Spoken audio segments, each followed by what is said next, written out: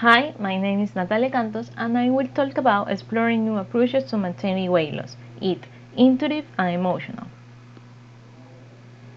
Definition: intuitive eating is defined as an adaptive way of eating that maintains a strong connection with the internal physiological signs of hunger and satiety. It has been popularized as a viable approach to healthy weight management. It has four elements: unconditional permission to eat whenever food is desired, eating for physical reasons and for emotional reasons, relies on hunger and satiety cues to determine when and how much to eat, body-food choice congruence.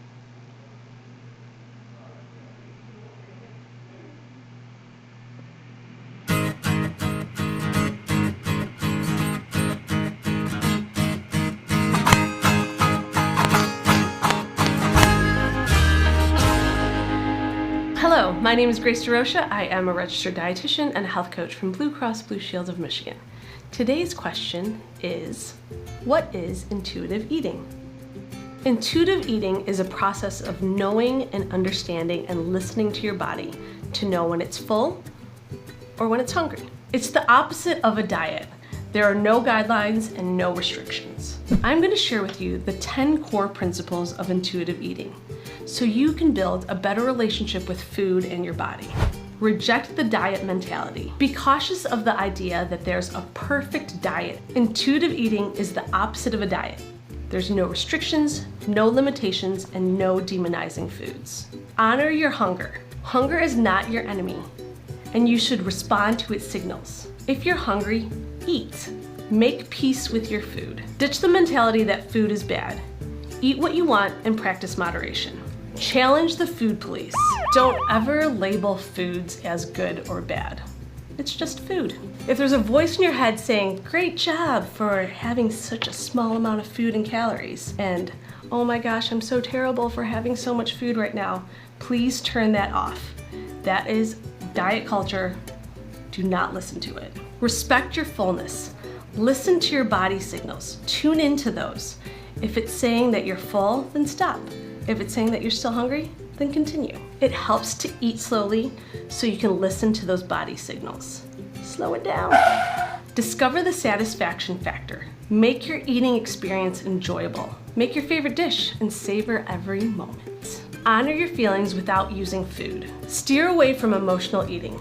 We all have that tendency to eat if we're sad or bored or even happy. Find other ways to cope with emotional stress. Take a walk, call a friend, or even journal. Respect your body. It is the only one you have, and it does so much for you. Don't focus on negative feelings about your body. Remember, there is beauty in every shape. Exercise. Rather than focusing on exercise for a weight loss tool, use it to empower your body and remind it of all the wonderful things it can do. Remember, the most important thing is to be active, whether it's going for a walk, going swimming, or having a dance party at home. Find what's fun for you. Honor your health. Enjoy nutrient-dense and healthy foods most of the time, but allow yourself indulgences without guilt. Thanks so much for watching. Be sure to click like and subscribe. Hit that. Some people eat less in the face of strong emotion. If you are in emotion distress, you might turn to impulsive or binge eating, quickly consuming any kind of food without enjoyment. Non-hungry eating refers to eating when the body is not physiologically hungry. The science behind stress eating. A new study explores how we reach for chocolate instead of an apple when we are under pressure. Our Dr. Tara Naruller is with us. Good morning, Tara. Good morning, Vanita. I was fascinated that they looked at men in this study instead of looking at women. They did. So they looked at 51 young, healthy men, and they broke them into two groups, 29 of which were subjected to stress. They had to place their hand in a bucket of ice water for about 3 minutes while they were videotaped. They then took both groups of men and showed them a series of images comparing two foods, one that was an unhealthy but tasty option like a cookie, and one that was a healthy but less tasty option like broccoli. They had to pick between these two, and at the end they would be rewarded with one of the options they had chosen. During this time, they also scanned their brains with functional MRIs to look at blood flow to different parts of the brain. They checked their stress hormone levels and asked them about their levels of stress. So that was the basis of the study. And fascinatingly, what they found was that the men who had been under stress actually chose the more unhealthy or tasty options, the short-term reward. But you're saying there was a physiological actual something that they could see from the MRIs. There was, and that was actually what was most interesting, is when they looked at the MRIs, they found different patterns of connectivity or changes in the brain circuitry. And so what they saw was that the more primitive areas of the brain, the amygdala and the striatum that control emotion, motivation, reward, pleasure, were heightened, were amplified. And the parts of the brain that control goals, your long-term goals and planning, were sort of decreased or diminished. And so there was an imbalance there in the signaling in the brain. So what's the harm?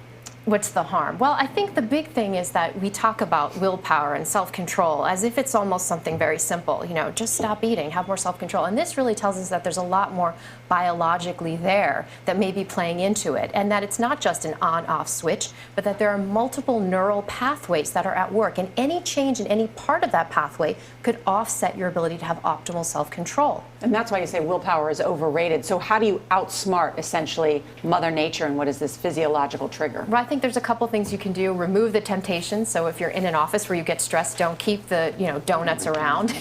Use other coping mechanisms that are healthier, like exercise, like social support, meditation. And also in this study, the men who perceived that they had higher levels of stress in that situation had more changes in some of the brain circuitry. So the idea would be if you can even just change how you're perceiving the stress, you may be able to change your ability to control it. Those would be some of the techniques. My problem is not try. just stress, it's fatigue. I've got a whole list of things that I can blame on bad eating. Yeah, the interesting... They need more studies on it. The interesting thing, too, is, why does this happen? And one of the theories is that it may be evolutionarily adaptive to focus on the short-term benefit. If you're stressed in the wild, you're not going to think about what's happening a year from now. You're going to think about, how do I get myself back to feeling balanced and stable right now? How do I deal with the stress right now? The interesting thing is how we can affect what goes on in our brain. Exactly, exactly. So it's not completely out of our control, but at the same time, it's not completely maybe in our control. Makes me feel better. Here's to less stress. Yes, here's to less stress. Here's to less stress. Right. Dr. Tara Narula, thank you so much. Thank you.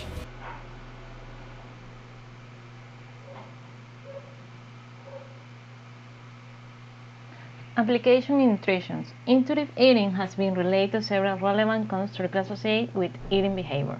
Like professionals in this area, we treat body mass index, health education, eating disorder. Also, it is important to apply intuitive eating because general people can get confused when eating and get carried away by emotions such as sadness, anxiety, and fall into excess. Pros intuitive eating. Respect the sign of satiety, understand your body, not following eating rules that dictate what, when, and how much to eat. It means not feeling guilty and not following meal plans.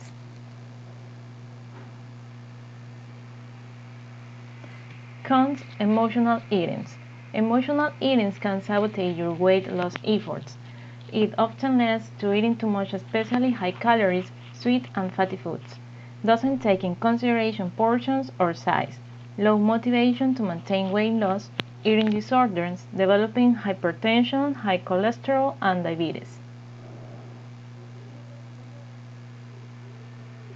Hi, I'm Charlotte Lawson, a registered licensed dietitian here in Tampa Bay, Florida. You might be looking for some tips on how to stop or avoid emotional eating. Well, you can try a couple different things. One is a list of alternative activities to maybe help remove your mindset from that emotional instance. Another one is trying to have healthier comfort foods on hand. When you have that emotional craving or that need to eat because something kind of went wrong that day, really try to determine if you're actually hungry. Sometimes we just do it because it's a comfort, feel-good thing, and at that point, we may just not really care anymore. Having a list of alternative activities or things you can change your mindset up and having it maybe posted somewhere that you see it, like for instance your refrigerator or on a microwave, can actually help you choose to do that activity versus maybe eating. And again, if you're not really hungry, try just drinking some water or another low-calorie beverage, and then maybe going for a walk or some other de-stressor, taking the dog out, trying to do a little exercise or even yoga in the living room, whatever your de-stressor moment might be. Again, try that alternative before you grab for the food. But say, for instance, you're at that point where you just need to have that sweet or salty or whatever that comfort food may be. Try to plan ahead of time with smart choices and choose healthier options of those quote-unquote junk foods. For instance, ice cream. Maybe try the lower fat or reduced fat ice cream, or maybe some low fat yogurt variety instead of a full fat heavy cream ice cream. Try to choose maybe baked chips versus the deep fried ones. That way when you do have to succumb to that craving, you're saving a few calories in the end and hopefully not finishing more than a couple servings. There's just a couple tips to try to get around that emotional eating. I'm Charlotte, and eat happy.